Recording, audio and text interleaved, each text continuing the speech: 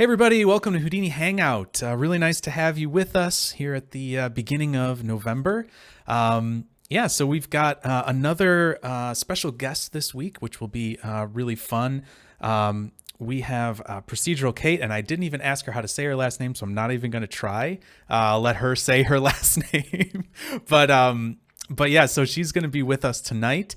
She's going to be showing a few different tool sets that she's created for Houdini and for like science visualization, some star visualization stuff, and also protein like database visualization. So it'll be a really interesting stream from that standpoint, looking at some things that I've never really touched before on like in this context before. But certainly I love astronomy and science and all that kind of stuff. So it's it's a topic that's definitely interesting to me. And I'm really looking forward to having a chat with her here. And yeah, I saw Ruben in the chat was saying a big thank you to Kate for all of her helpful resources and the guests recently. So we're going to get over to her in a second. And but just before we do that, just if anybody has any questions or thoughts or things like that they want to ask in the chat, you're more than welcome to do that. Please put them there. Hey Fractaler, how's it going? So there's no dumb questions here. Obviously, we're going to be getting into some pretty like sciencey, techie stuff. So if you're not familiar with the stuff, feel free to ask questions, and we can kind of try to explain a little bit of what's going on here and kind of dive into that. But so other than that, I think we are ready to go. So let's bring Kate in. Hey, Kate, how you doing? Hi, I'm doing great. Thanks for having me. Good to hear. Yeah, it's great. Thank you so much for taking the time to come with us and share. And I know you're in kind of the middle of some production stuff. We were chatting about that before, but so I know life is busy. But yeah, I appreciate you taking some time out and joining us. So why don't you introduce yourself, maybe for those folks that maybe aren't familiar with some of the stuff you've done, and you can just tell a little bit about yourself. Okay, awesome. Yeah. So hi everyone. My name is Kate Xagoraris. I've been in the industry for about 6 years now. I'm mainly a Houdini artist by trade, but I am branching out into new and other things that I'll mention. I'm a board member of the Toronto Visual Effects Society division, so I help run all the events in Toronto. Lately, our last event was our Halloween event that we did. And for those who were there and for those who are just hearing about this now, we had this really awesome archival exhibit that I did. I'm kind of the resident archivalist of VES Toronto. So I help showcase all the archives of visual effects in Toronto and write about them and basically archive them for them.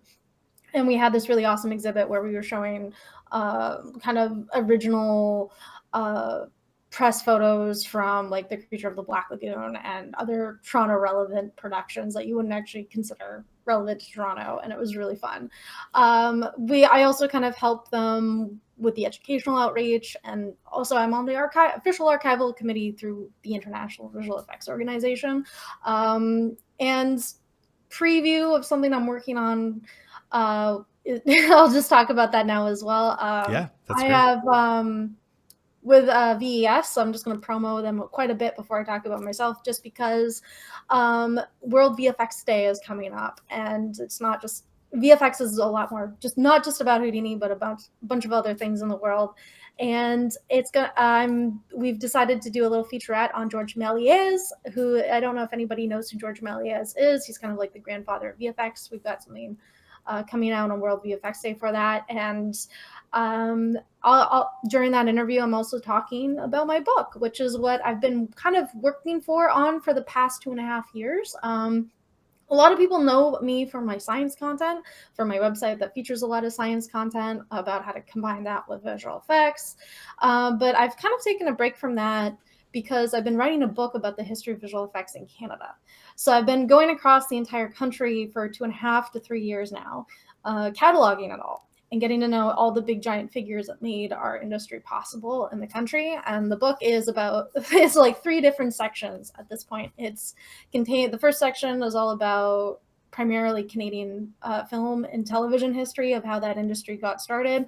So IMAX, National Film Board, his stories from the first projectionist film exhibitors in Canada, and Alliance Atlantis, which is like the biggest film distribution company that ever existed in Canada, and it's really the foundation of the industry today, but it no longer exists anymore. And then the second half of the book is all about software architecture. So Maya, Softimage, Side Effects, which is, I mean, Side Effects has just been amazing. They've offered me some Prisms behind the scenes archives, which read my book, you'll learn more about it, or go to Side Effects themselves. Yeah. And then I've seen you post a little bit online about different stuff that you've kind of been researching for your book. I know in some like Discord chats and things like that, I've seen it, and it seems like it's going to be really amazing. So that should be a really interesting read when it comes out, just to give people a better idea of what the industry's like, right? Like what things kind of led to where we are today, and give a bit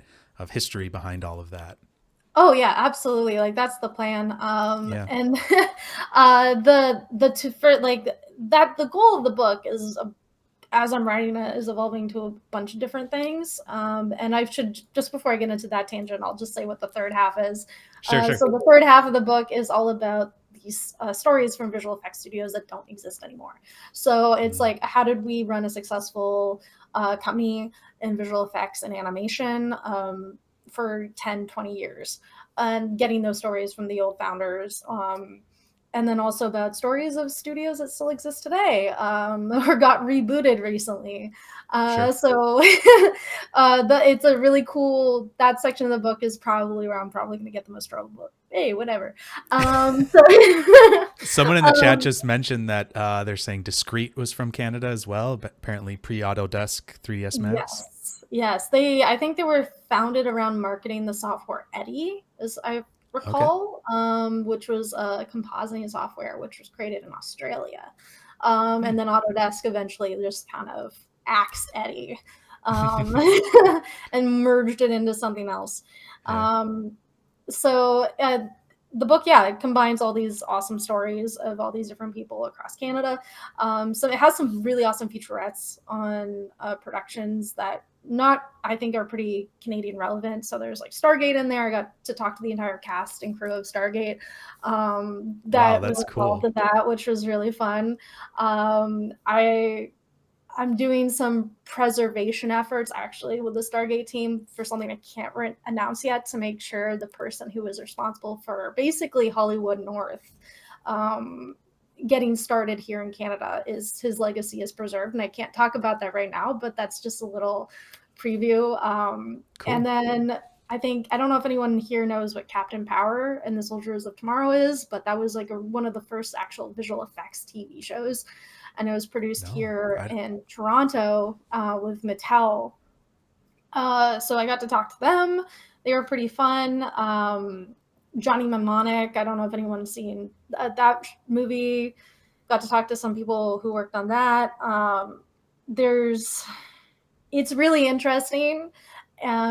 Just a fun fact, throwing that out there. We would not have the visual effects industry today if it hadn't been for 21 Jump Street.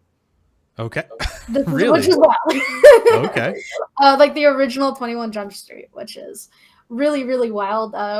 If somebody from like Rainmaker hadn't convinced them that they could do visual effects for that movie and film it in Vancouver, we would not have visual effects in Vancouver without 21 Jump Street. So, that's interesting. That's kind of wild. I feel like you must have like just I don't know, just conglomerated so much information. I mean, obviously with the VES and with some of these, places that give you access to all these, different connections and stuff like that, it must just be almost impossible to try to like boil all of it down into a book. It must be really difficult to like edit that all down. Oh, it is. It's also the kind of little bit disheartening. I don't know if anyone here has seen Event Horizon, but some days I feel like Sam Neill from Event Horizon, because it's just so much sometimes. And it's like also you learn things about like your favorite things that you're like, oh, I don't know. You don't always want to meet your heroes, right? That's not always the best thing. Some of them are amazing, but other ones are like, oh, that doesn't sound like so much fun. Oh yeah. And it's a very humbling process, because I feel while writing this book as well, and I really hope the goal is to publish it before I turn 30. So I got I won't ask you how soon that is then. Yeah, please don't. I just Um, turned 40, so I can't throw any stones. So ouch. Oh, okay. Happy birthday. Happy thank you. belated Well, birthday. it wasn't that recent, but yes, Um, in the last few months. Yeah. you're looking good for. I wouldn't have pegged you as 30. I'm Thank 40. So yeah. Thanks. I Uh, appreciate that. Yeah. but yeah, it's a very humbling process, and it's something that I think a lot of good's gonna come out of. Cool. It's it is very interesting because I do have started to learn where our industry falls in line with Canadian culture laws, and if the goal of creating more protections in the visual effects industry is actually aligning ourselves with Canadian culture. Because if we Okay. can define Yeah. ourselves as a Canadian part of the Canadian identity, which I'd argue animation is a huge part of, and we Hmm. could argue that visual effects is an extension of that, we can get more protections for our industry and everybody can be happier. That's just the conclusion that I'm reaching through the book, and I hope other Sure. people see that too. But also, I think it's hopefully going to be a really great resource for anybody entering this industry who says, I have no idea what I'm getting myself into. And they can read Yeah. it and they can go, okay, I have a baseline idea of what this industry used to be, what it is, and who are the important figures in it, and where I want to go in terms of my career. So because when I entered this industry and I was asking questions about really basic things I thought people would know, like what's the first animation studio that existed in Canada? Nobody knew. Um, so that's kind of the goal, is to answer those very basic questions about our industry, and hopefully it turns out okay. Right. um, I yeah, think I think that's a great point that you make about just having people giving new artists like a little bit more background of what what the history of all this stuff is, right? Like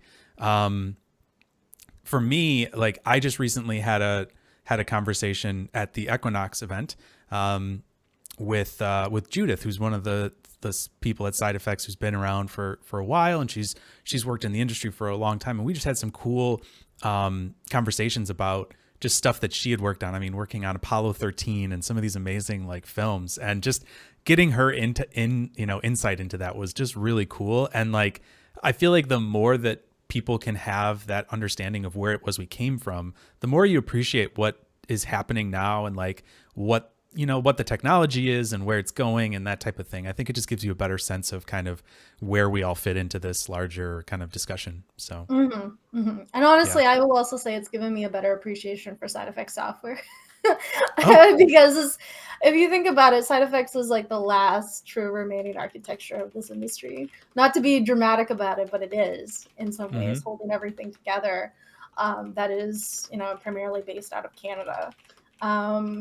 And So you're saying from like the yeah, Canadian side of things, it's kind yeah, of the last like standing thing. architecture holding everything together, Yeah. and no pressure, but like, Well, I mean, it is yeah. interesting though, because like Mhm. so much of the industry has kind of turned into this kind of very corporate kind of, everything's owned by a conglomerate or something like that. Mhm. And Kim and a couple people still own Side Effects. So it's like that's makes it a really nice place to work. I mean, it's not doesn't get maybe the resources that Autodesk would get, or things like that, but Yeah. certainly makes it a really nice place to work. Mhm. And I will say though that I will say, and this is the only fault of side effects. I'm sorry, so sorry about side effects, but Autodesk has the cooler office. I got to tour it recently, and they got AI to design their office space in a Oh more my like gosh, economic and friendly way in terms that's of so layout. silly.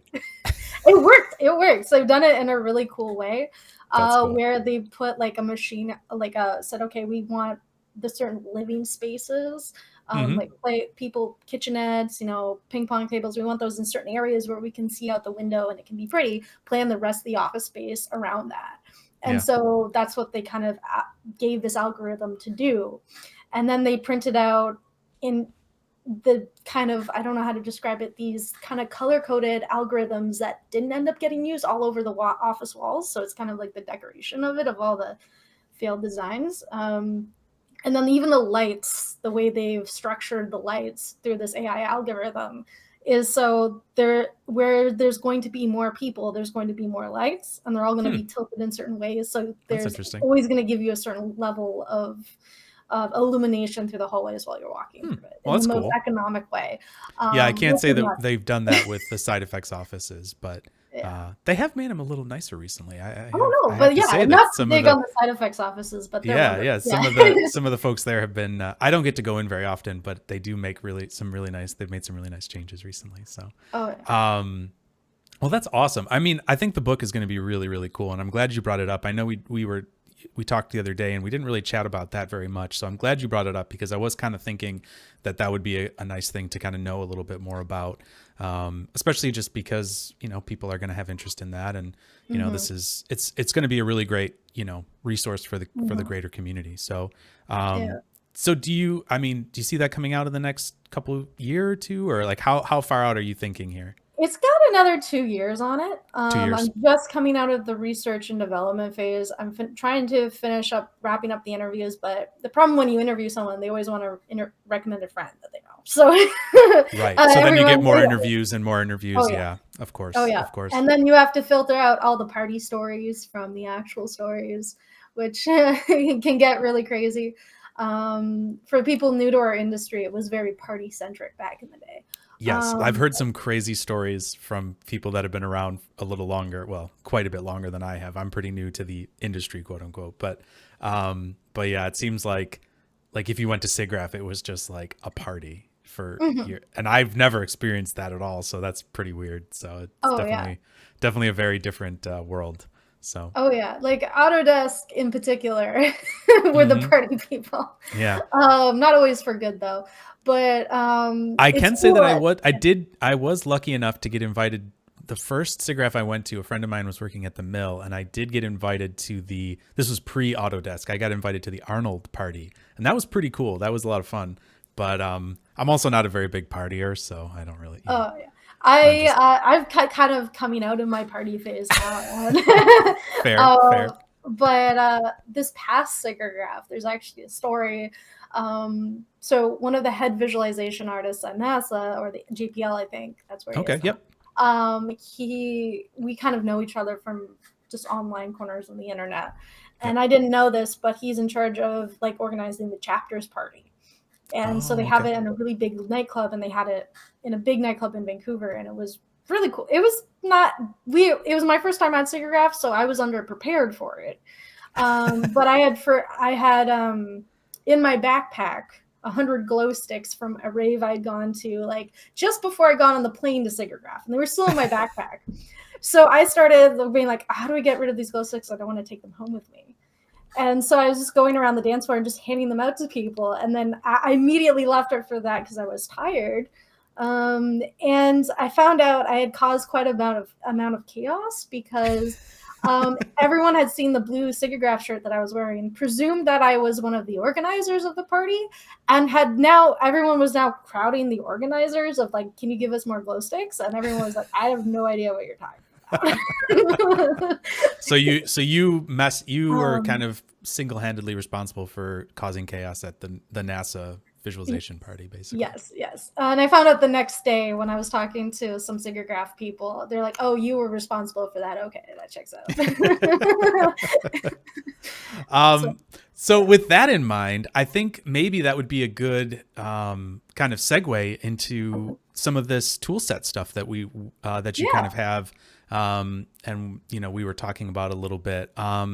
I know that you've got kind of two different things that you'd be able to talk about. One's like the protein database one, and the other one is more the star catalog. Any interest in which one you'd like to share first? Totally up to you, but Let's start with proteins first because okay, that's kind of the older one, and I think sure, that's a little bit easier for people to understand. And then the star toolkit that we'll kind of move into is kind of sure, under construction. It's we'll get there when we get there, but yeah, yeah, yeah, no, that's great. let's open with the protein one. All right, great. Well, I Um, will let me hand the screen off to you, and we can kind of go from there. Oh, actually, sorry. Let me all just right. set that up properly. Hold on one second here. I did not set that up properly, and there you go. All right. So what do you got here? Let's take a look at this. All right. So let's talk. This is kind of before we dive into the toolkit, actually. I'm gonna jump over to my screen over here called the Protein Data Bank. Okay. So for those who are new to the world of proteins and what proteins are, For this particular toolkit that I'll kind of be showcasing today, I've created a few Houdini versions ago. So, and as I was opening it up today for a little demo, I realized that I will have to update it before I let everyone have the next version of it, just so it's a little bit up to date and in sync with the latest version of Houdini. So any toolkit that you see today, I will probably give just hand over tomorrow, 24 hours after this presentation has concluded, just so I have time to just double check things to make sure everything's working for everybody. Yeah. That's no But problem. Yeah, you can. yeah. I think probably what would be. I think Mhm. we talked about made the most sense would be to share it over Discord. Probably would be the Yes. best place to share it. Yes. So yeah, if anybody that's a little, I guess, a little segue there for if you want a link to the Discord server, there's one over on Houdini Hangout, so you can go there. All the HIP files from Discords, or in this case, if you want to get some of the stuff Kate's working on, she's going to share it. She'll share it there in the next few days on the Discord as well. So yeah, great, awesome. I think that'll be great. People will love to take a look at it. Yeah. All right. So let's dive right in. So this protein data bank toolkit that I've kind of created is an idea that I started a few years ago when I was partnering with a company called Grid Markets. They wanted me to do some Houdini demonstrations with their services, and they were saying, hey, can you just do protein renderings in Houdini? And I thought that was too simple. So I decided to build a toolkit around it. So you might have seen tutorials of this before. I think Antagma did a really great tutorial on protein visualization back in the day as well. This kind of expands on that. So they also use this resource called the Protein Data Bank. This is the largest repository of protein structures in the world, and you can pull all of the data on here. You can pull into Houdini, analyze it, and create it, and model it, and render it. It's really easy to access. And the end goal, and I'm just going to use this page for example, is usually you want to build a structure that sort of resembles the data that is posted on the site. So here you can see that this is a lizard toxin of all things, and it's showing you the different states of this protein. And you can see here it says download high quality TIFF image if you want. We won't be working with TIFF images, but instead, can we go over here and where's our PBD data? I'm just going to type in lizard toxin really quickly, and it's going to probably just take me to let's try and find the actual place where we can download this data. Cool.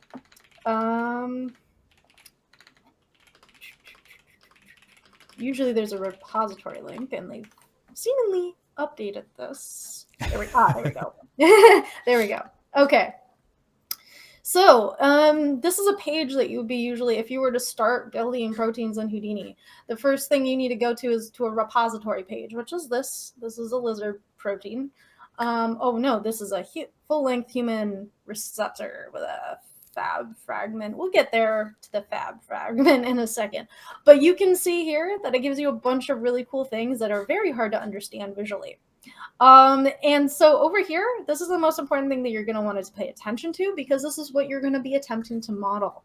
Right here, we have a really cool diagram that's primarily of one type of diagram called a ribbon diagram.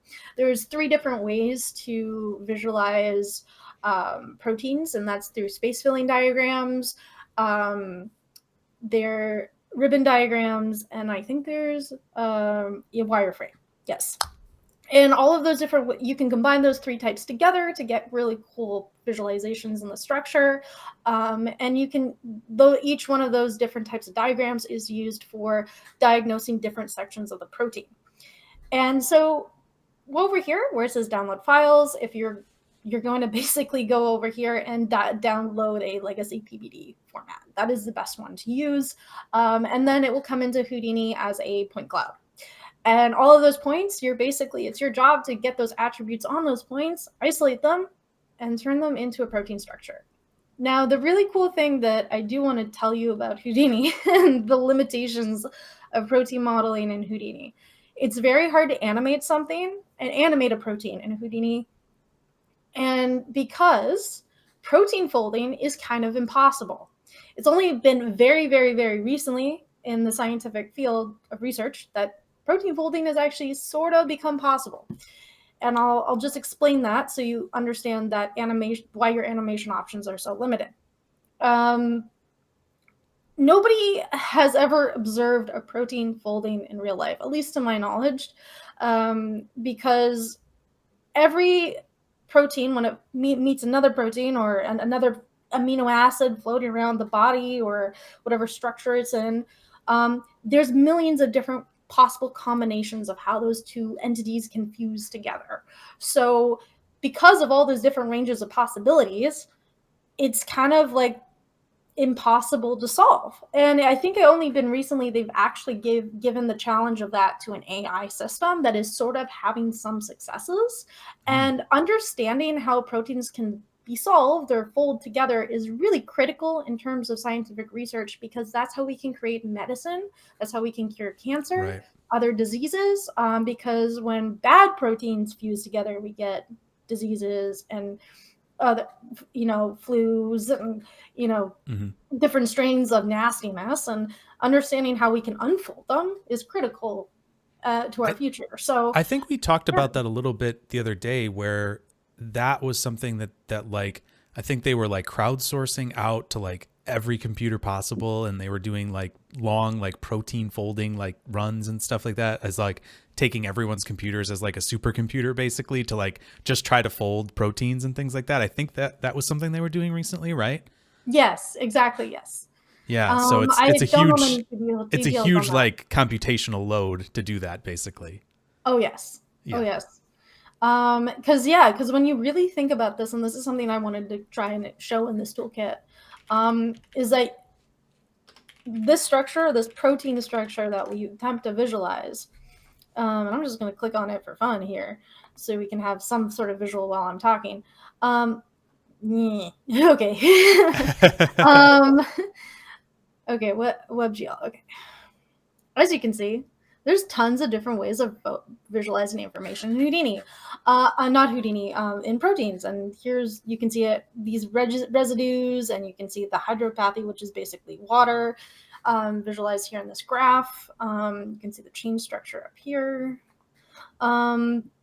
There's so many different layers to proteins in terms of the different elements inside them, like carbon, anything on the periodic table of elements, to just the water inside of it and how water unbalances the structure, all these different other factors that need to be, computed and taken into account in order to make something possible to solve or be animated. So cool. Yeah. Yeah. So it's a big process, obviously. Yeah. Oh yes. Oh yes. So if you're ever wondering if protein solving is possible in Houdini, the answer is no. Houdini is not a quantum computer. It is a software. But I would love to see somebody run it on a quantum computer one day. So here we go. So once you download your chosen file, you're gonna have a protein, and sometimes they look really adorable. I think this is like one of my favorite structures because it just looks like a donut. And the first thing I always like to do is transform whatever information I bring in from the protein data bank into world space. Just center world space, just because everything just works better at 0, 0. And I always like to scale it down by half. I find it gets really big otherwise. And when you're modeling and using modeling tools, things can get tricky. Yeah. I mean, that's already at 25 meters in both directions from origin. Yeah. So yeah, it makes sense. You want to kind of scale it down a little bit. Yeah, I would scale it down even more, but I've already just fixed the tools for this size. But so I would recommend scaling it down by more, but I'll leave that up to anybody else who wants to use this toolkit. Sure. So this is my atomic property SOP. Basically what I've done in this node is coded the entire periodic table of elements. This is not something I ever want to do again. It could be better, but I don't want to do it again. There's a couple of them, yeah. I don't want to do it. I'm sorry. There's certain things that you do in your career where you go, okay, that was fun, let's move on. This is one of those examples. But I needed something that applied the periodic table of elements to the proteins, because we are, especially when you're analyzing human compounds and human proteins, there's always elements of carbon in there, oxygen atoms, anything like those are the primary big ones, and hydrogen atoms. And you probably want to also get the characteristics of those atoms factored into whatever you're modeling, in case you want to dive a little bit deeper into how those elements are affecting the entire model. So if anyone's familiar with the periodic table of elements, everything is sorted by different metal groups. So we can visualize those metal groups with this tool. So here we can see we have a lot of non-metals, and we have two like light blue ones. I'm going to just make my points bigger just so everybody can see them. And light blue would be halogens. So we have some halogens in there. And so this is really useful in terms of just letting me know, okay, what elements am I working with? Even if I haven't looked at the geometry spreadsheet yet. I always recommend that when you're working with these proteins, look at the geometry spreadsheet. I'm going to go up here to this transform just so you can see the attributes that do come in automatically with these proteins. So automatically you should get like a res name, a res sequence, serial, temperature factor, chain ID, charge. There'll be a few other ones because I think PBD is updating the different levels of information that they include on those the point clouds that you can grab. But these are like the main big ones. We'll kind of get to all of these in a second. I'll explain what they are. But this atomic properties swap will just add more. It will add more attributes here. This one will kind of just add some more elements, so you can density and charge information, so you can access that later if you want. The idea of this toolkit was also to make it user-friendly for those who are, may have only stopped taking science courses in high school and just went on to their arts degrees. Because I know personally from my experience, my background, I love science. I really wanted to go into astrophysics when I was younger, but then in my grade 12 physics class, I decided that I really didn't like it. And so that changed my entire pathway of life. So I'm operating on the idea that other people might be similar to me of, they took art courses past a certain point. They have some knowledge, but maybe it stops at a certain threshold there somewhere. Yeah, for sure. Yeah. So I saw when you were looking at this, it looked like most of those atoms were carbon. So when you see something like that, in your coding, I'm guessing that you map that carbon atom to different, different properties. Basically, is that what you're doing? Basically, you're saying what's the density of that and that kind of thing. Yeah, so inside the tool, I've kind of said, okay, if this is a carbon atom, we know that it has these characteristics based off the periodic table of elements. Apply those characteristics to that element. Okay. So that was the difficult part. Yeah, and have you seen that for yourself? Would you use that in rendering, or where would you take that information and then use it? So back when I created this toolkit, COPS did not exist. So what I'm working on right now is integrating COPS into both of these toolkits that I'll be showing today. So you can take whether or not, maybe if I wanted to say, let's go with boiling point. If I wanted visualize the boiling point of certain atoms in the structure, maybe choose how I'm going to visualize that, model that in Houdini, and then bring that into COPS, and then maybe have that information drive an animated texture or something like that. That's kind of the idea. Yeah. All right, cool. Yeah, I was curious how you've used that yourself or seen it used, things like that. I was just curious where, I'm sure you'll have other examples here that'll go through some of that stuff, but just curious. Okay, so let's kind of move on from here. This one's called amino acids. So actually, before we move on to the next tool, I should probably explain what some of these attributes are that we use on. I'm just going to go show all attributes for a second. Actually, let's start with chain ID. So this is one of the attributes that you'll see on every single piece of information that you download from the protein data bank. The chain ID, there's different chains inside of every single protein. And these chains link amino acids together. And these chains are parts of other proteins that all came together and then formed this one protein that you have in front of you. So you can see here there can be numerous amount of chains in a structure. Their chains are usually titled A to Z, so all letters of the alphabet A, B, C, D. In each, A would be one chain, B would be another chain, C would be another chain. Okay, so they're like each letter corresponds to a specific chain, and you can have a Exactly. certain got it. Exactly. Okay. Yeah. So we'll kind of show you how to visualize that later, because you would use this chain information to create ribbon diagrams of those twirly structures we And saw that was what we earlier. saw on the webs. Yep. Okay. Yeah. Got it. And so we'll kind of talk about in a second. I've created a tool for that. Sometimes there's charge information that comes in on the points. We don't have that here. This is the element information that automatically comes in. So SC would be, I think, selenium. Yeah, I'm not familiar with that one. Sulfur, oxygen. Yeah. I believe if we see oxygen, we got nitrogen, carbon.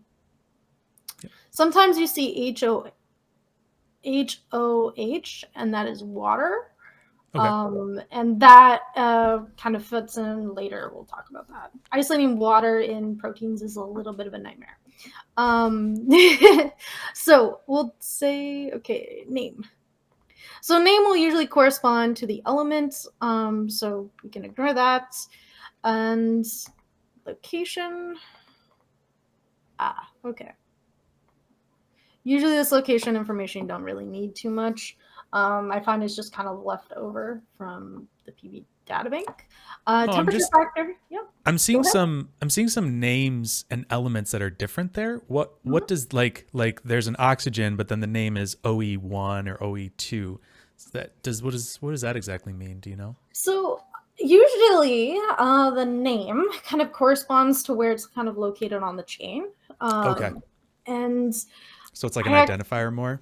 Yes. Okay. And I kind of have planned a new tool to add to this toolkit that kind of goes in depth with the name a little bit more as well.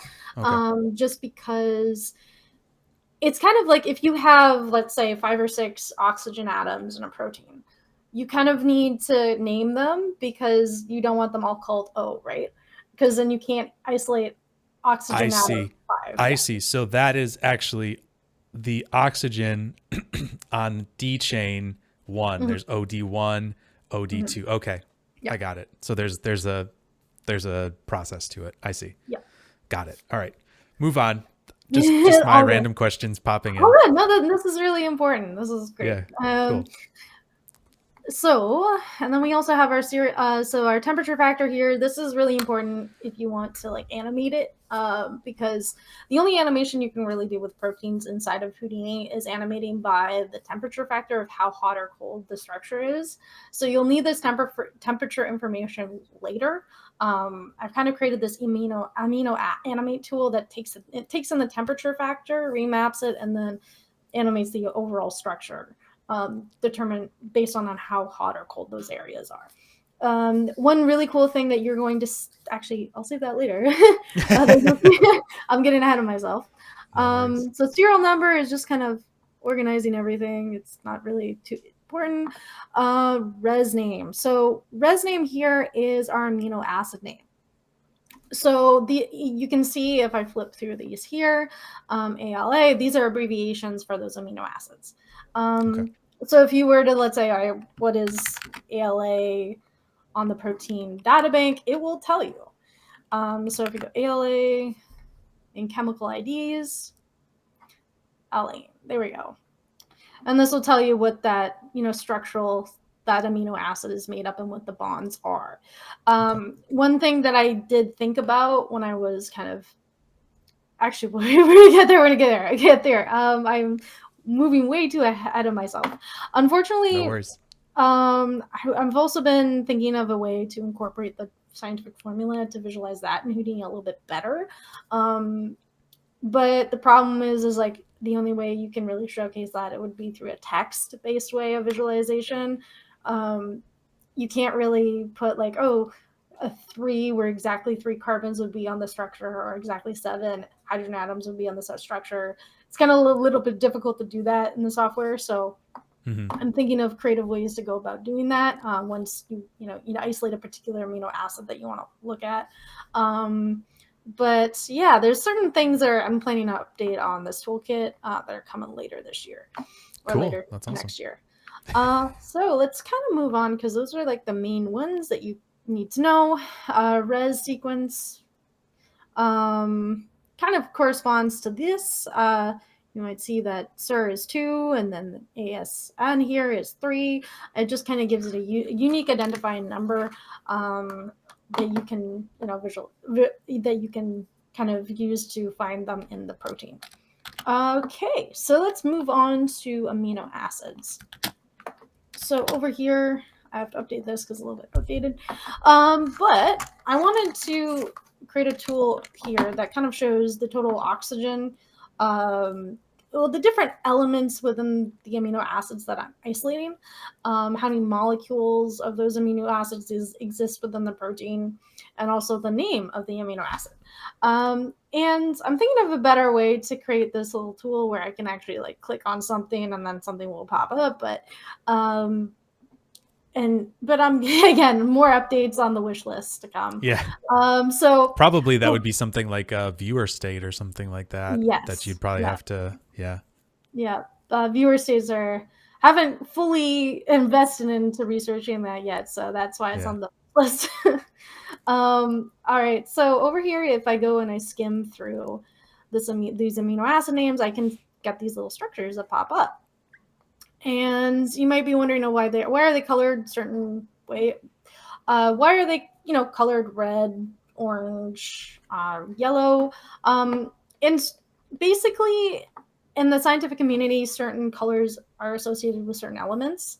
But I've also left it up to you as the user to color the different elements as you see fit here. In case you do want to color them differently.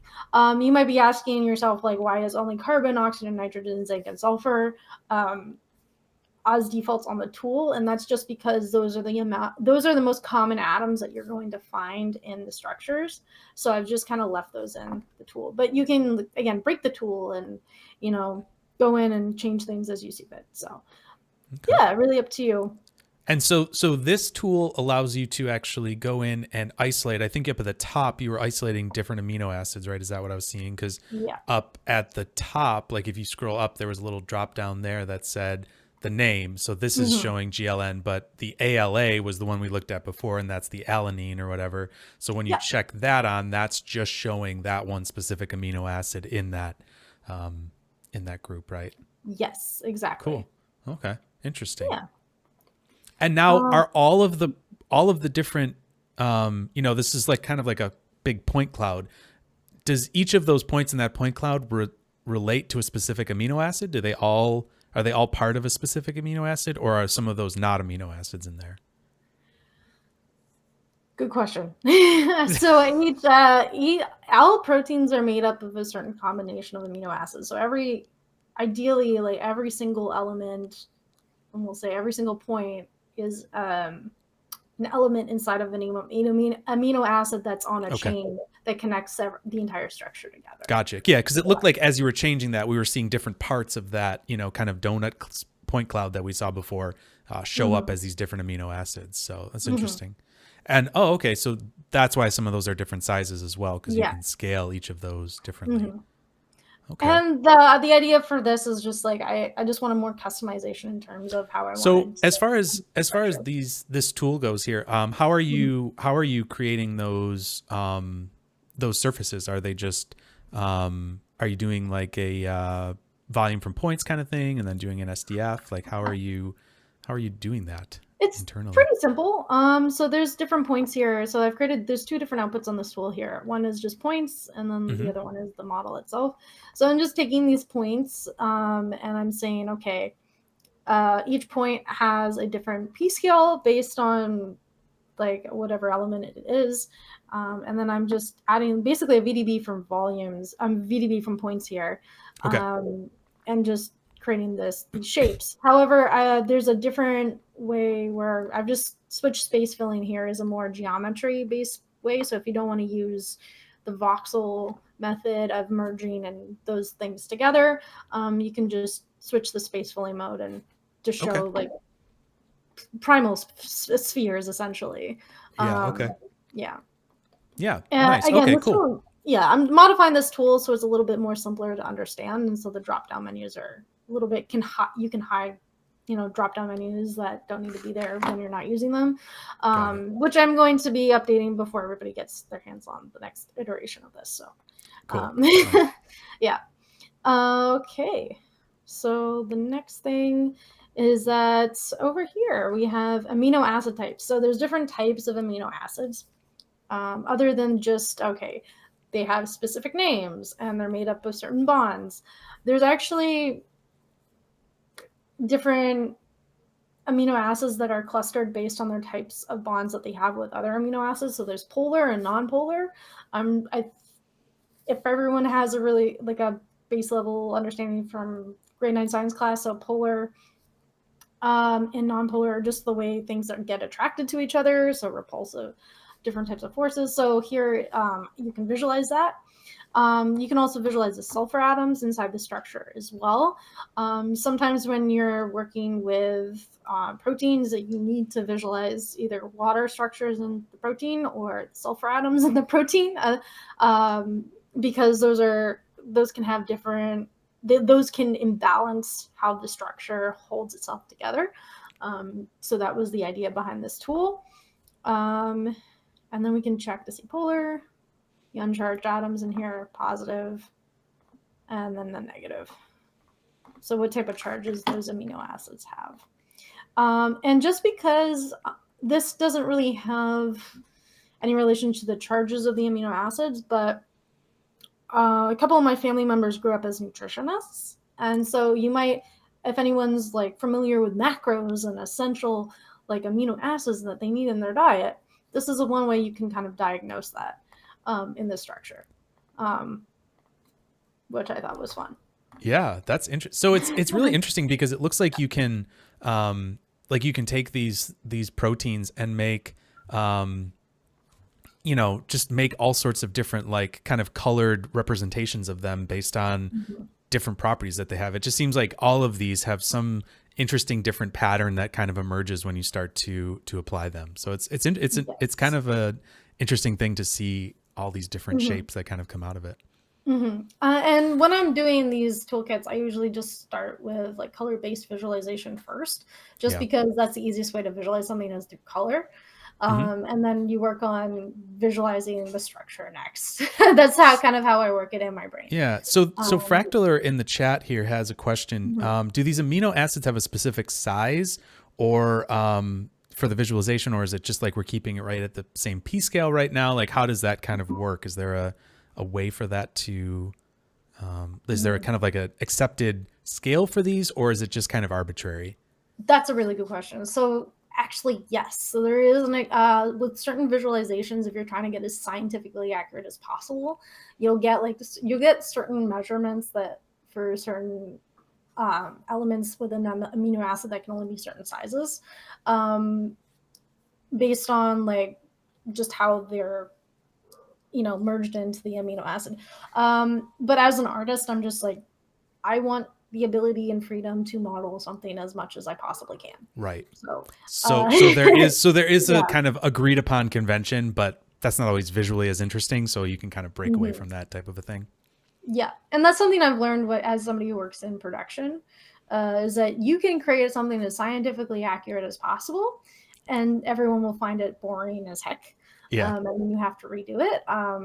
There's a tangent story I can get into where I was working on Ant-Man Quantumania, and I pitched this idea to one of my colleagues who was my superior in the studio, and I was like, hey, what would it be like if we what would it be like to stand on an atom and look up to the sky? Like you would see the covalent, like the electrons changing orbitals and the energy being exchanged from that, and it would be really cool. That was really boring to Marvel, so they went the better option and decided to do Mid-Journey renderings as reference. So yeah, that's why that movie was bad. There you go. Well, yeah. Yeah, they weren't. They should have listened to you. Jeez. No, they did not. Well, the studio had no choice. Yeah, studio had no choice. It's Marvel. Yeah. So over here we have some more data points for amino acids. Okay. So here you can actually check on the weight and pH levels. I'm just going to turn off this visualization option. Why is this red?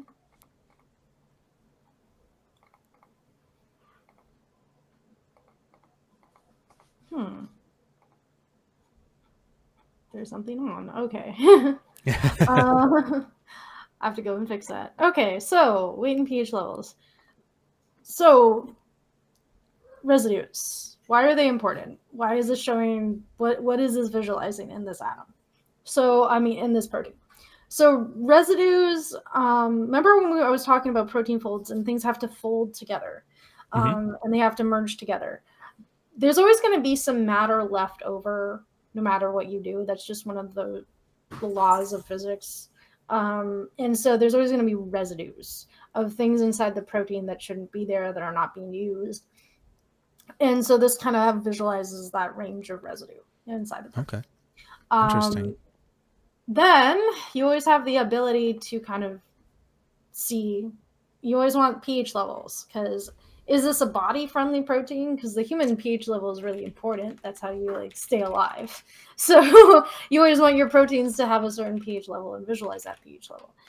So that's kind of what these are for. These kind of visualization options are for as well. And you can kind of view any kind of, okay, we have some basic proteins in there. We have some nonpolar, and all of this information basically is also corresponding to the information we set up earlier on this atomic properties SOP, where it applied all those properties to those different elements within the protein. So if you work with this toolkit and nothing's working, try putting down an atomic properties SOP first, and then that will put down all the information to get the other tools to work. Right, because that pulls out that data from the periodic table. Exactly. So I'm just going to move along because we're almost closing in on an hour. We haven't checked on the other toolkit Sure. yet. There's another way that I want to talk about animation really quickly. Okay, cool. And also those big giant ribbon diagrams next. Okay, so we have a protein here that looks a little bit different. And we're going to go up here. So ionic properties, what is this? So this one's a work in progress tool. Ionic properties, basically, this shows the first 3 ionic energy levels within each different element inside the protein. So the idea here was each element has its own kind of unique covalent, like each individual element, each atom has its own energy states that the electrons orbiting around it can jump to. And these are the ionic energy levels. And so these are a range of possibilities in here. So this kind of sets that up. So you can see the first 3 levels of what those 3 levels of each of those atoms might be. Now, for each element in the periodic table, they have their own unique ionic energy levels. So there might be more than 3. This just shows 3 for now because they can go up to really like over 20 or 30 for some. So I just limited that for 3 for now. This tool might be thrown in the garbage, but we'll see what happens next. It might. So charge animate. Let's see what happens here. So we got some animation happening. All right, so this animates each, again, element inside the protein has a certain charge because every atom on the periodic table of elements has a specific charge. So this takes that charge and then animates the structure by that charge. Over here on the other side, the amino animate tool, this takes the overall temperature factor that we talked about earlier in the geometry spreadsheet. Yeah, okay. That and goes over here and then animates the structure by that. So you can see that's a little bit more controlled. You can see in the hot redder areas the structure is moving more controlled, and then in the bluer areas the structure is cooler. so it's not moving as heavily. Okay. And so for this tool, for this amino animate here, you can control how much animation you're adding to it based on those values, basically. Yes. Okay. So over here, like you can play with the amplitude if you want, and then there's different noises I've added into there depending on what you want to do. Okay. Again, I need to like change this drop down menu so this disappears when this is off. So that will come in that update. All right. So that's just. I like the chaotic nature of that. That's fun. Is that the curl noise very versus? Chaotic, so it fits. Yeah. All right. So I'm gonna jump over here to isolate chains tool. Yes. Okay. Here's my protein. There's my protein. So chains. If we're gonna create a diagram, if you guys hear or see any chaos behind me, my cat is going on her crazy cat spree of chasing things around the house. So I apologize. No you worries. guys might, Sezzy might make an appearance.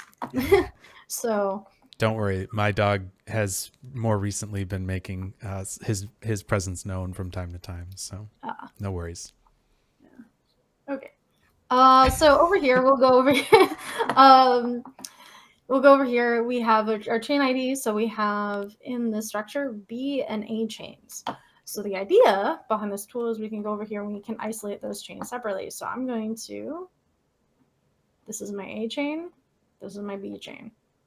Okay. And so I'm going to go isolate my A chain.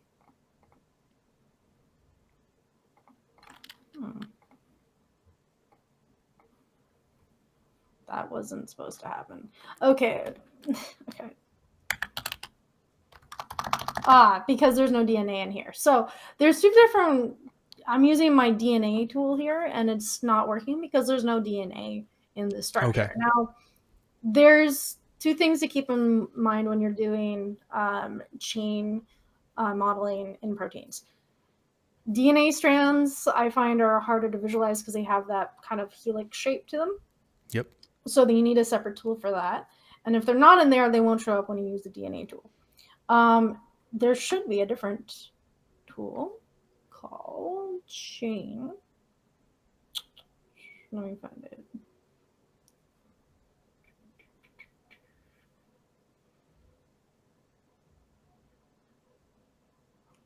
Okay, I definitely have it over here.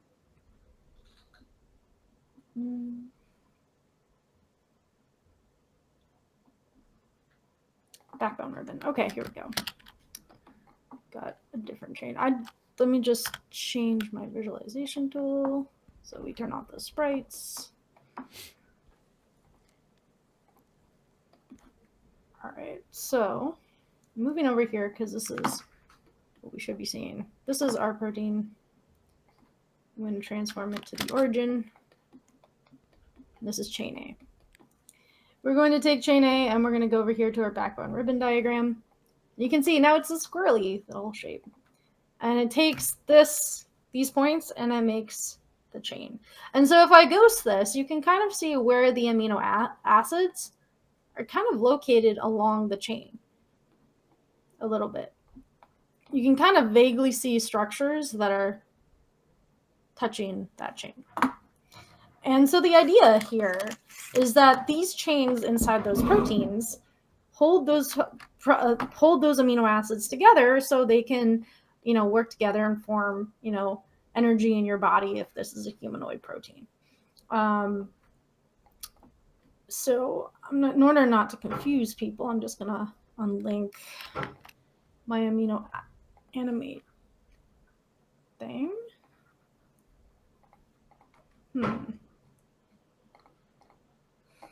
Sorry if you hear banging. Sezzy's decided to open all the doors in the kitchen for some reason. Yeah. All right. So here we have our amino acid. And you can kind of see it resting along the chain here.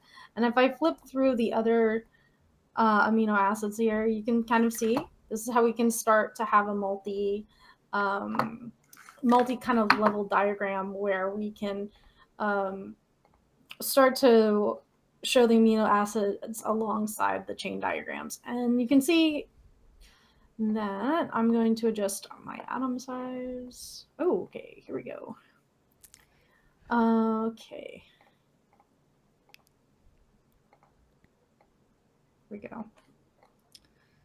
So I do find that depending on how you import these structures into Houdini, depending on how you shrink them or scale them in Houdini with the point cloud in general, you're going to always have to modify the atomic size of any structure that you kind of model inside the software, just because, scene scale is important and scene scale changes depending on what you're working in. So even though we want to, visualize, different elements to specific sizes, it might be kind of impossible depending on your scene scale.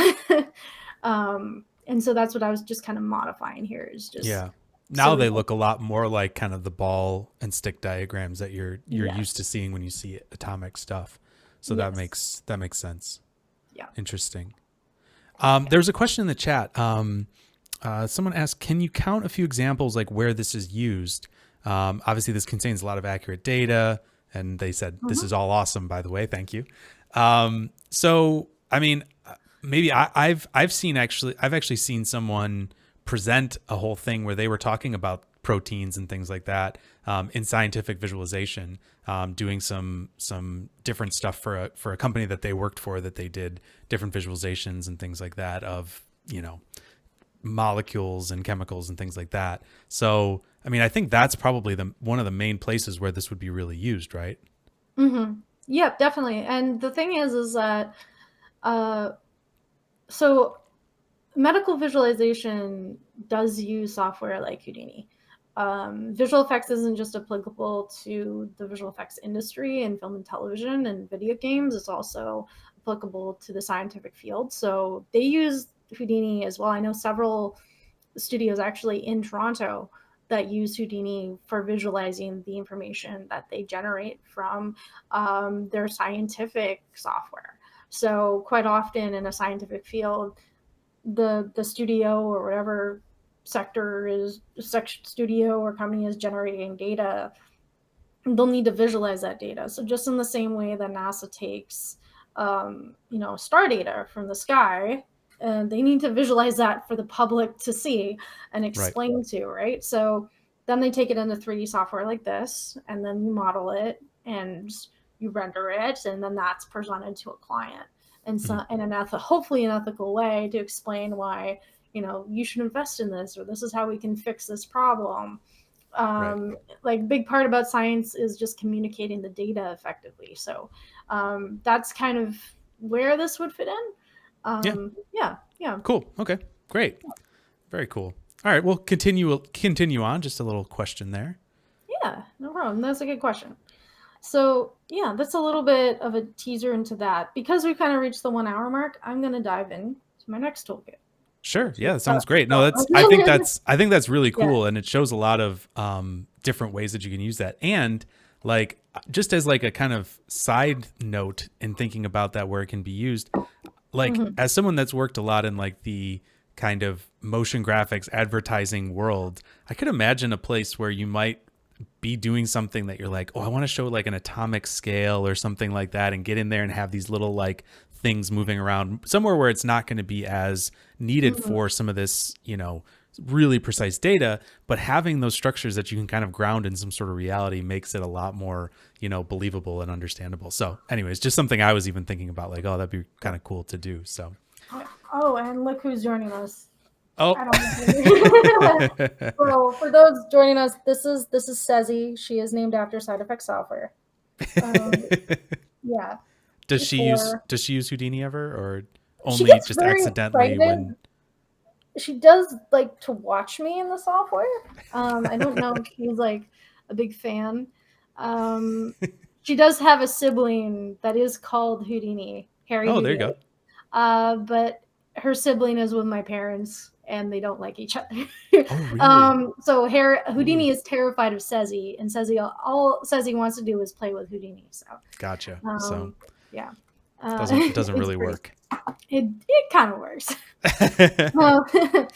All right. So yeah. So why don't we jump Yeah. into the star catalog stuff here? This would be cool. Mm-hmm. Cool little. All right. So Yeah. before we dive into this toolkit, I just also want to say this is also very much under construction.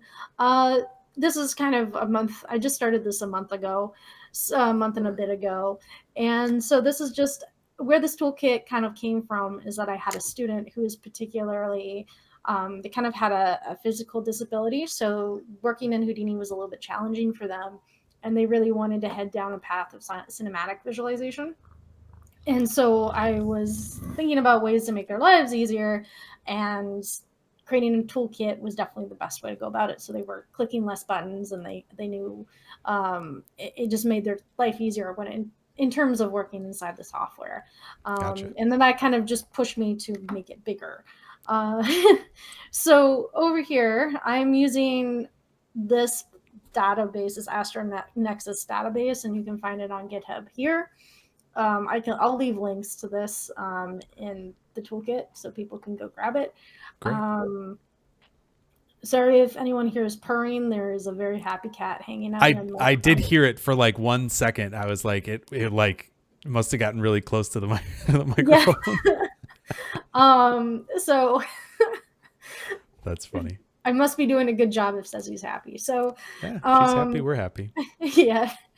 So this is Nexus, and it has a 3 or 4 useful data sets on it that you can use inside of Houdini. I've kind of tested them all.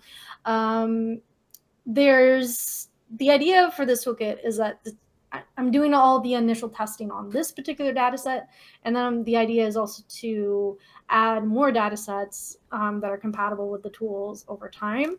So that there's a Gaia data set, I believe, and Tagma kind of explored it a few years ago that you can bring into Houdini. However,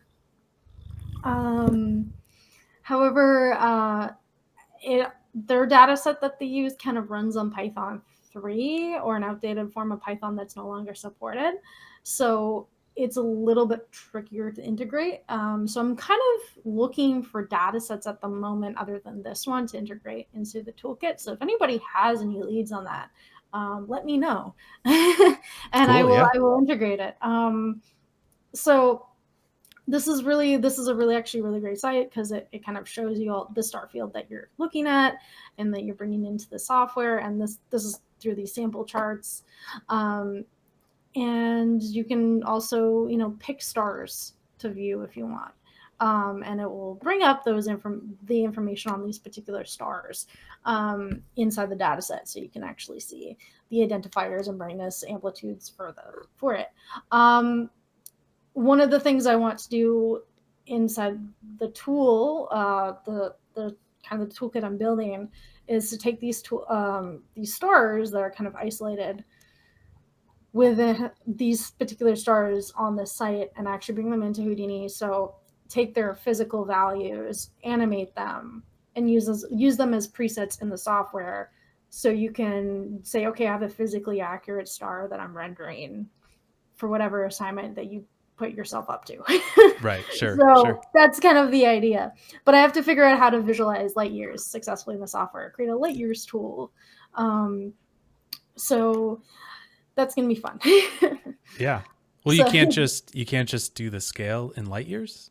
So visualizing astronomical units is a little bit difficult. Yep. Again, I would love to implement a tool where I can click to things, viewer states, I guess this is where it's coming down to, and show, the measurement between those two stars in terms of, how the distance between them in Houdini. However, that again wouldn't be scientifically accurate if you scaled down the data. Right. So, and that's one thing that I do find with scientific information that you port into Houdini, because it's not to scale, and I don't think you should import it to scale inside the software. It's not going to be 100% scientifically accurate to scale unless you're working with data on the point clouds that you're bringing into the software. Right. I had and I really don't recommend if you're importing data that's massive, I do recommend shrinking it down because it will help in terms of modeling, coloring, visualizing that data. I had a student one time who was like, my scene's crashing. Can you take a look at it? Actually, it wasn't crashing. He was just confused of why the tools weren't working on this data set that I showed him. And it was because I don't know how his file wasn't crashing, but the data that he had imported was about 700,000 units wide in all directions. And Houdini wasn't crashing for some reason, which was wild. But yeah, that you can get some massive scale data sets because Houdini works on centimeters. Everything else, I believe, like even Maya works on different measurements. So yeah, let's talk about this. So how do we visualize star data? That's the big question. Like, what characteristics are we looking for? Again, always look at your geometry spreadsheet. This is your best friend. Geometry spreadsheet, this is where you're looking 90% of the time. You're not looking at the points in the viewport. You're looking at the data that's coming in on the points. Right. Yeah. And so here are all the different attributes on the stars systems that you can visualize and isolate and work with. And all of these look like crazy kind of crazy names. And so let's kind of break it down. And the way I've kind of structured this file is so everybody can kind of, when they download this file, understand what all of this is about. So there's different ways to catalog certain stars, and the catalogs for stars in the night sky get continuously updated. There's different ways. Like this particular star set that we're working with is from 10-15 years ago, so it's a little bit outdated, which is why I would love to train these tools on newer data sets just so we can get that information updated. But this particular one catalogs the stars by Bayer designations and Flamsteed designations.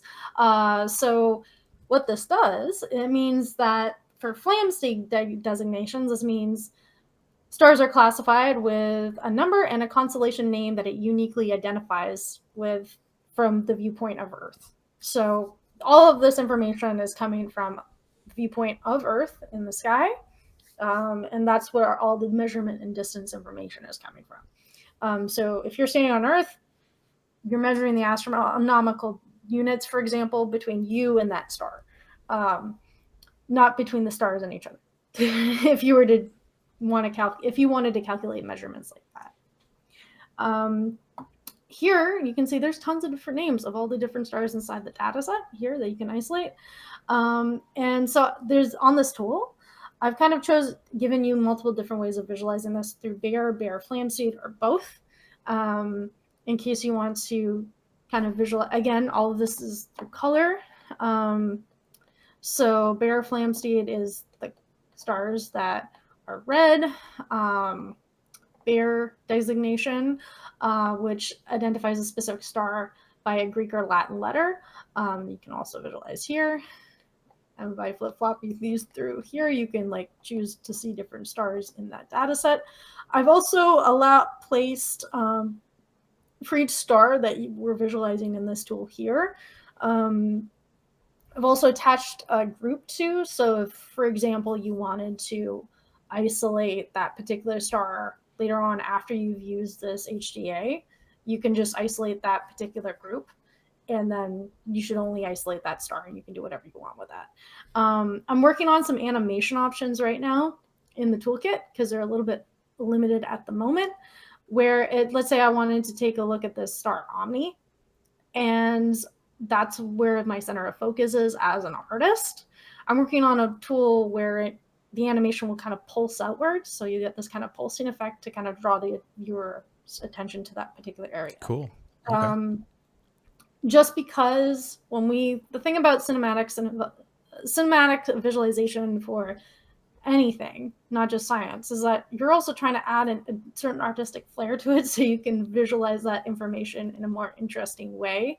And that's something that we do need to also think about when we're working with scientific data sets, is the average person in the world has a limited attention span, and we need to grab Sure. their attention immediately. So we have to do that through some artistic method. So the idea of this toolkit is also to grab that information, the star information, this NASA information, and visualize it through an artistic method that makes it more interesting. Right. And make that process easier. Yeah. Cool. So the other idea here is I've started to integrate it with this toolkit in particular, but COPS, bringing this information into COPS. So I'm going to jump over here. So this is the visual magnitude that we're visualizing over here, which is how bright it would look if it was a fixed distance from us. Okay, so let's go to this tool.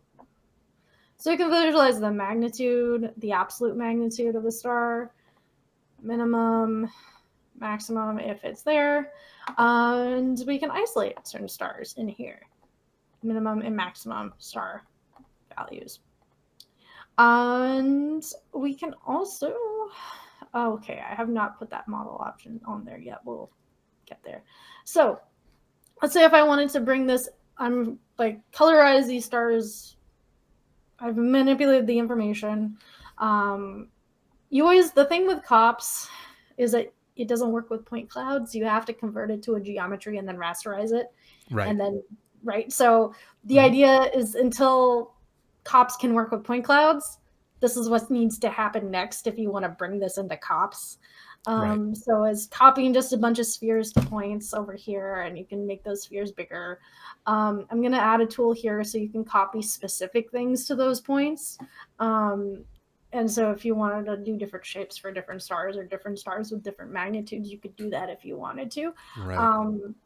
But that's an update for a different day. And then over here is just importing the star data.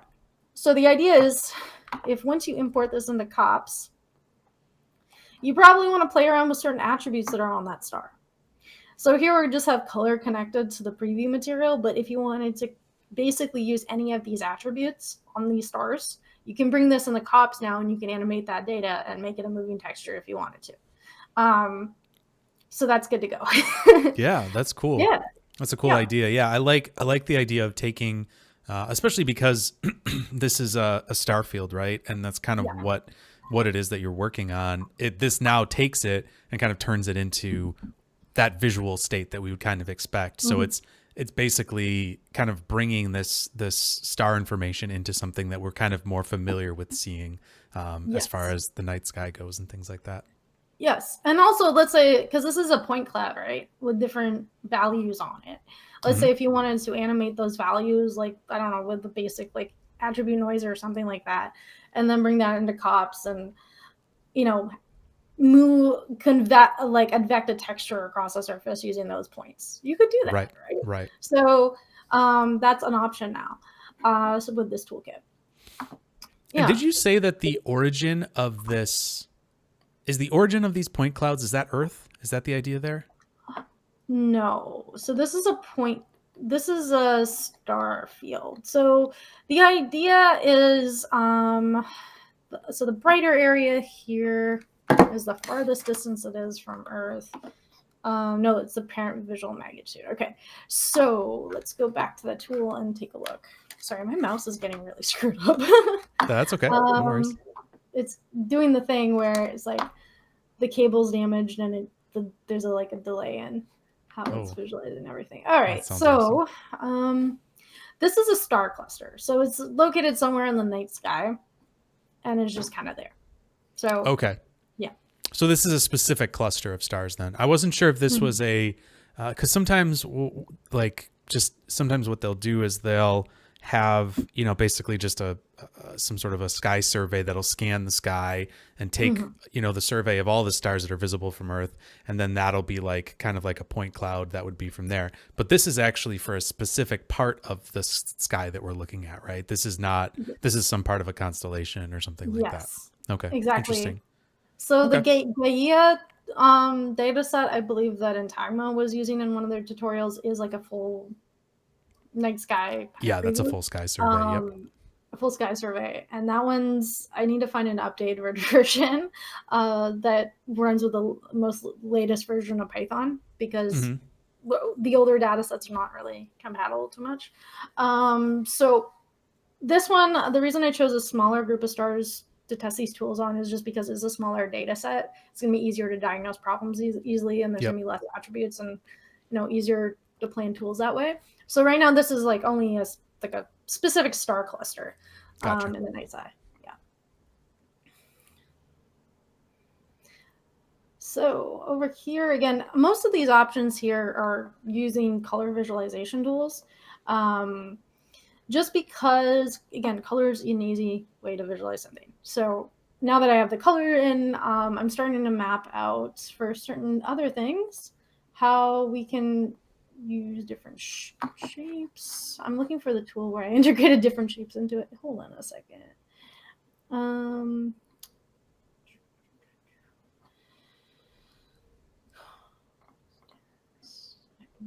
Okay. What is it?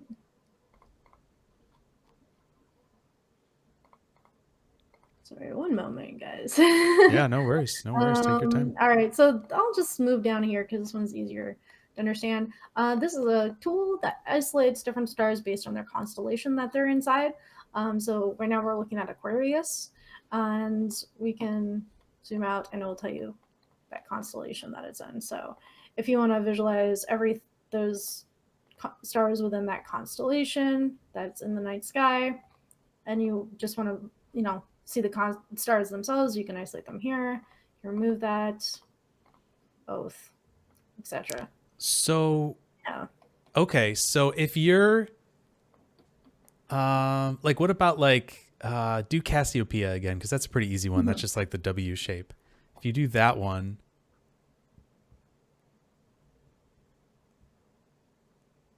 Yeah, that one. And just remove the rest of them from there. At a certain angle, do you see if you rotate around, do you see the W shape in there? Maybe?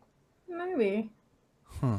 I don't think so. No? I've been, one of the things I was experimenting with before this call is trying to create a tool that kind of, links them together with a line. With a line, and okay. Then one thing and kind of making kind of that shape of that Right. constellation. Yeah, that would be really neat. That would be a cool next step to go to. That would be really cool. And then if that shape is visible from a certain angle, move the camera there or do something like that. That could be kind of neat. Yeah, I was just curious. It was just a thought. I saw this. I was playing around with this a little bit and just saw this part of it, and I'm like, oh, that's really neat that you can isolate the stars from different constellations. That's a very cool little bit of information there to play around with. Okay, cool. Sorry, just a quick sidetrack there. No, this is this one's going to be fun when I can finally figure out how to model the constellations. This one, I think there's a limitation in the data set of how it was collected, just based on how the stars are actually positioned.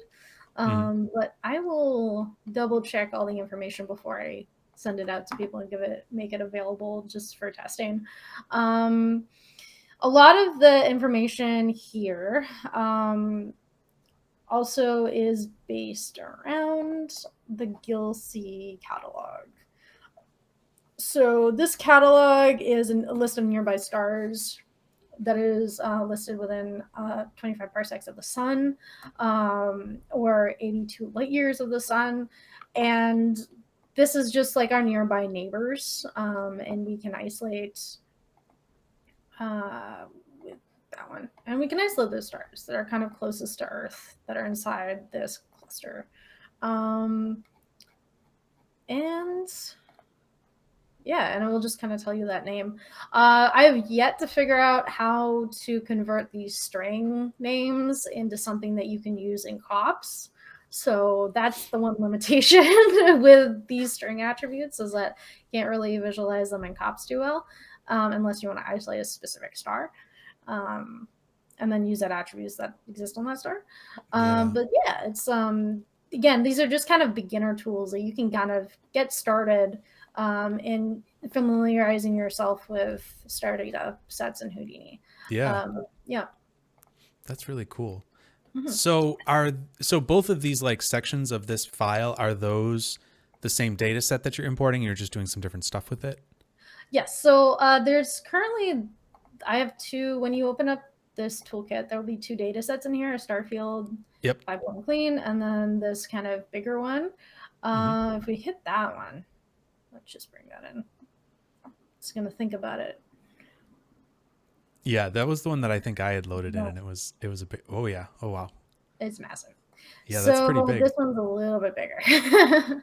Okay. um, this one I think has some more clusters that you can see here inside of it.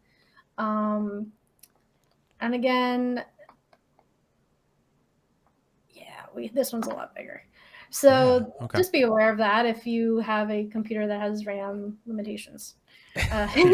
You don't want to crash Houdini. Don't open the other one. Yeah. Yeah. Yeah, don't open the other one. So over here, I've also added on some of the tools a twinkle option, so you can make the stars twinkle based on the attribute that you're affecting. So the idea again is to basically customize this tool. So if there's a specific star, you want everything to twinkle around because that's what you're visualizing. For example, Mm-hmm. if you're trying to visualize as Alpha Centauri something, and you really want to do like a cinematic zoom into that star and then have it pulsate, to say this is the star we're paying attention to, I'm going to build that into the tool. Cool. Because that's something that happens all the time in scientific visualization. You want to visualize, a specific star or a specific set of stars and have that the center of attention. Right. Okay. Yeah, that makes sense. I think this particular data set is, if I'm recalling this right, I've added a circle function to this too because I thought it would be cool to have these pulsating circles. It's also very pleasing to me visually. Yeah, that's what Fractaler just said. He's like, the blinking is very soothing. It's very soothing, yeah. It's just visually very stimulating to me. Yeah. So that's why the circle thing is there. But I believe from these data sets, if I can recall what I was working with my student, is that these are kind of around the Orion Nebula. Okay. So these are kind of these are the star clusters in that particular area of the sky. Interesting. Okay. Yeah. Cool. Neat. Yeah, I mean, it seems like there's a lot that you can do with this and a lot that you can isolate. I think, yeah, it would be really fun to see like you said, the constellation kind of side of it start to get, to the lines and all that stuff. So you could start to do some of that stuff. It'd be just some fun stuff that you could do with these tools. It's really, and like you said, it's from actual data of actual, astronomical measurements and stuff like that. So it's kind of grounded in reality, which is really, I think, a lot of fun. Yeah, and this is something that AI cannot take away from you, right? So, I mean, nope, this is real stuff. It has actual data to it. So, yeah. So the idea is also, I mentioned earlier that I wanted to create a preset for certain stars that you can visualize that in the software.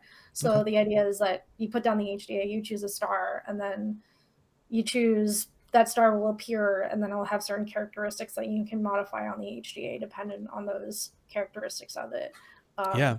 So an interesting thing I'm just thinking about, not stolen data, Fractaler says.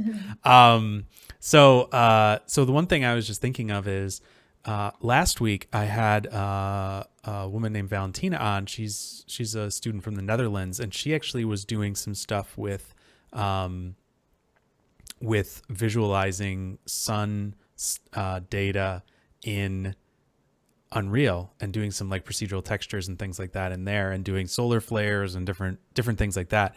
But it's just a really interesting like kind of connection there, because she was doing some stuff with probability of like solar densities and different things like that, in like a galaxy like little map that she was making. And there's some interesting similarities there. So I don't know, there maybe there's a collaboration there or something. I don't know. It's kind of. Did she ever mention if she was part of a school in Denmark called the Animation Workshop? She's from she goes to Breda in the Netherlands. Okay. Because I was like, I also taught a Valentina in Denmark. I was wondering if it was the same person. No, probably not. But yeah. So yeah, maybe you'll find her somewhere out there in the on Discord or something like that. And yeah, maybe there's a little collaboration there, because she had some cool stuff that she was showing last week about suns and doing some visualization of it. So yeah, I could see there being some cool connections there. But yeah, so I'm just reading just some of this stuff here. What is the you've got the thing there for the Cartesian coordinates. What is that visualizing there? So over here, so when you bring these data sets into Houdini, they have Cartesian coordinates, which is basically your X, Y, and Z, the way we would measure something in X, Y, and Z. But this is in like true to in the sky, X, Y, and Z. So this is again. So it just kind of uses to specify the three-dimensional physical location of the star in celestial space. So for us in 3D space, this is kind of invalid, but I just added a tool for it anyways, just in case you wanted to visualize it. There's Cartesian velocity, so the speed of which that is traveling through the sky based on its position. That should be showing up. Okay. Maybe it's just it might just be a very small value somewhere in there because it looks like there is some slight. Yeah, there is some change, but it's not huge. Yeah, but, just a little bit. Yeah. And also like everything is kind of moving away. Everything's moving away from some central point, right, in the sky or something like that. So yes, so the central point would be us.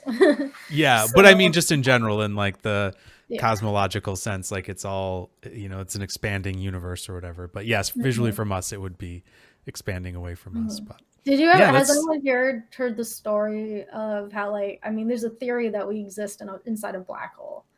Oh, really? I have not heard that.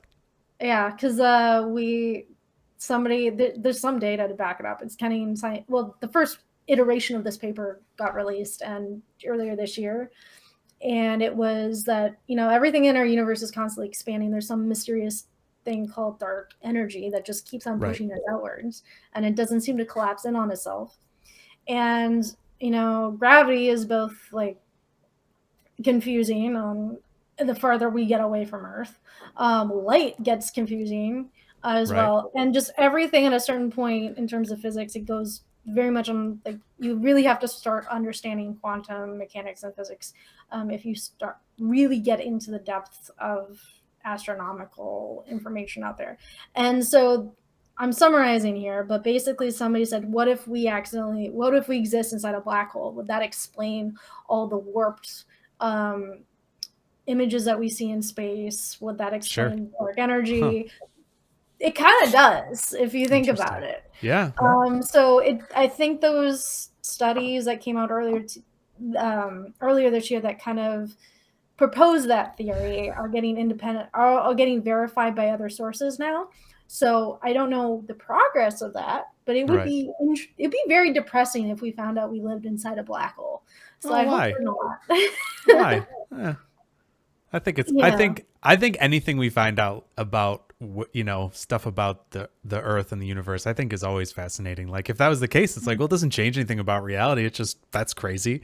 What a weird world. Yeah.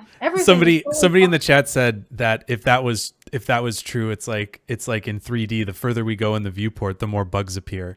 You're way off in some axis, and it's just like everything's getting all buggy and weird and stuff like that. It's like, yeah, we're at the edge of getting towards the edge of the black hole or something, But very cool. Fantastic. This is awesome. Is there anything else you'd like to share from this tool set? Anything else that you'd like to highlight or anything like that? I know, like you said, it's kind of a work in progress, and this is just kind of your first stab at it. So, or one of your earlier stabs at it. And just, obviously there's a lot here that you've already kind of set up and put into this. So yeah, the idea is I think that we've kind of covered most of it for now. I think there's going to be more updates in the next couple weeks. But the idea, again, was just generally just to help one of my students figure out science a little bit more accurately. So inside of Houdini. So yeah, I think we've covered most of it. And then the customized animation options are hopefully going to come really soon. Cool. The idea is just I wanted to take science data and make it more creative in terms of bringing it inside of Houdini, because I don't know if there's a lot of really cool exhibits that I've seen in the previous years, especially within I'm sorry to say it, the touch designer community. Sorry, Hmm. guys. No, touch That design is do these awesome. really awesome like science and art visualizations where something is scientifically accurate, but then you interact with it differently, and then it Yep. becomes more of an art art exhibit than a science exhibit, and then moves back and forth depending on how you interact with it. So the idea of here was kind of do something similar in Houdini, where you start with scientific data, and then you just pull and prod it and poke at it, and you make it artistic, that you Yeah. can visualize it scientifically, or you can do something a little bit more interesting with it. Yeah, for sure. I mean, I've had like you mentioned, I've had some great conversations with people at, different visualization labs, whether it's, some people at NASA or maybe supercomputing centers and things like that. And there's been a lot of really cool things that I've seen in just the few chats with them. So I mean, taking this kind of scientific data, you can make amazing art with it as well. It's like, and that's real, like you said, that's really the thing that helps bring Mm-hmm. these topics to people that maybe don't understand the depths of what it is that's being covered here. But when you can visualize it into something that people can see and start to process, that's when things really Mm-hmm. make a big difference. I mean, a lot of space missions don't need to take photos because the photos aren't the science, but they take the photos because that allows people to actually see something visual and understand the beauty and Mm-hmm. the interest that could exist there. So Yeah, I mean, and without art, we kind of also lose our scientific understanding, and we create more misinformation around science as well. I mean, there was something that came out, I think, earlier this week or in the past month, that I think one of the Voyager probes in outer space had hit this kind of Kelvin wall where all its space suddenly got hotter, like crazy okay. hot for space, outside the solar system. But because it can't take pictures because it's kind of dead. Um, Everyone kind of misinterpreted that as like, oh, there's some sort of like lava wall in outer space. And that really wasn't the case. It was just an energy spike Hmm. Right. that lasted a few kilometers. And we weren't entirely sure what caused it. And we still aren't. Um, Right. yeah. But yeah, the more data and the more stuff you can get from it, yeah, the better Mm-hmm. that can be to be able to kind of feed that back to people to, be able to understand this Mm-hmm. this data and make sense of it. And the imagery can be Mm-hmm. really, really helpful to people. So yeah, Yeah. totally understand and agree. Yeah. Mm-hmm. Well, I guess like I think we're kind of, like you said, kind of coming to the end of this, and I think that's great. Um, like you said, I think you're going to be maybe sharing this, publicly in the next like couple weeks or whatever, or whenever, totally up to you. But yeah, I think that would be really fun, and people would get a kick out of messing around with it. And certainly, I know, like I said, people that professionally use some of these tools to help visualize proteins and different things like that. So I think it's super helpful to people in general. So yeah, people I know already said in the chat, thanks for putting this stuff out there and making it available and things like that.